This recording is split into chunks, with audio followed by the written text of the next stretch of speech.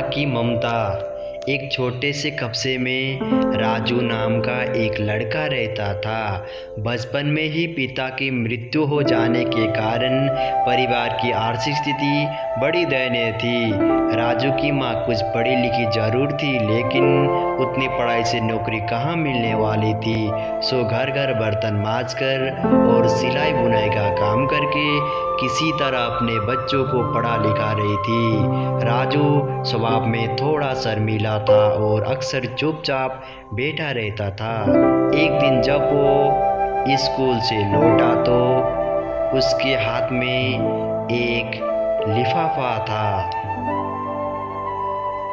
उसने माँ को लिफाफा पकड़ते हुए कहा, माँ, मास्टर साहब ने तुम्हारे लिए ये चिट्ठी भेजी है, जरा देखो तो इसमें क्या लिखा है। माँ ने मन ही मन चिट्ठी पढ़ी और मुस्कुराकर बोली, बेटा, इसमें लिखा है कि आपका बेटा काफ़ी होशियार है।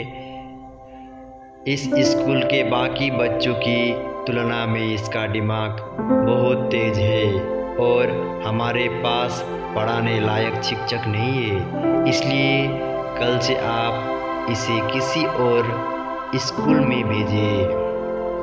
यह बात सुनकर राजू को स्कूल न जाने सकने का दुख तो हुआ, पर साथ ही उसका मन आत्मविश्वास से भर गया कि वो कुछ खास है और उसकी बुद्धि तीव्र है। माँ ने उसका दाखिला एक अन्य स्कूल में करा दिया। समय बीतने लगा। राजू ने खूब मेहनत से पढ़ाई की। आगे चलकर अब उसने सिविल सर्विसेज परीक्षा भी पास की और आईएएस ऑफिसर बन गया। राजू की माँ अब बूढ़ी हो चुकी थी और कई दिनों से बीमार भी चल रही थी और एक दिन अचानक उनकी मृत्यु हो गई। राजू के लिए ये बहुत बड़ा आघात था। वह बिलख बिलख कर रो पड़ा। उसे समझ नहीं आ रहा था कि अब अपनी माँ के बिना वो कैसे जिएगा।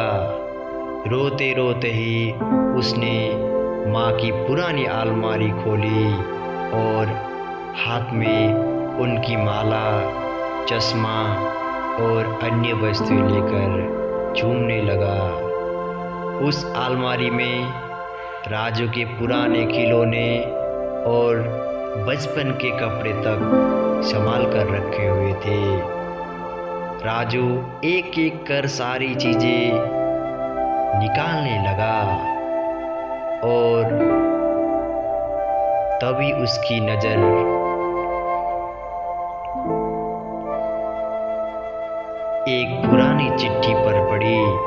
दरअसल ये वही चिट्ठी थी जो मास्टर साहब ने उसे 18 साल पहले दी थी। नम आंखों से राजू उसे पढ़ने लगा। आदरणीय अभिभावक, आपको बताते हुए हमें अफसोस हो रहा है कि आपका बेटा राजू पढ़ाई में बेहद कमज़ोर है और खेलकूद में भी भाग नहीं लेता।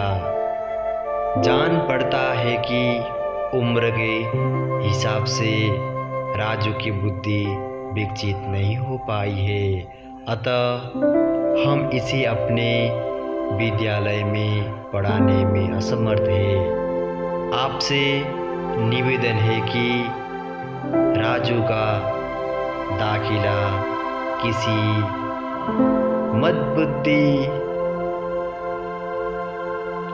विद्यालय में कराए अथवा खुद घर पर रखकर इसे पढ़ाए।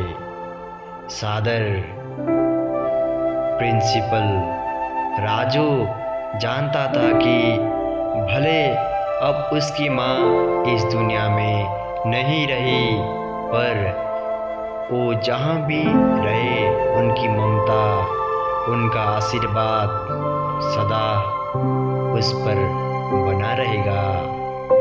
भगवान सभी जगह नहीं हो सकते, इसलिए उसने माँ ही बनाई। माँ से बढ़कर त्याग और तपस्या की मूर्त भला और कौन हो सकता है। हम पढ़ लिख ले, बड़े होकर कुछ बन जाए, इनके लिए वो चुपचाप न जाने कितनी कुर्बानियाँ देती है। अपनी ज़रूरतें मारकर हमारे शौक पूरा करती है। यहाँ तक कि संतान बुरा व्यवहार करे तो भी माँ उसका भलाई सोचती है। सचमुच माँ जैसा कोई नहीं हो सकता। Thank you. अपनी माँ के लिए एक सब्सक्राइब और लाइक कर दीजिए।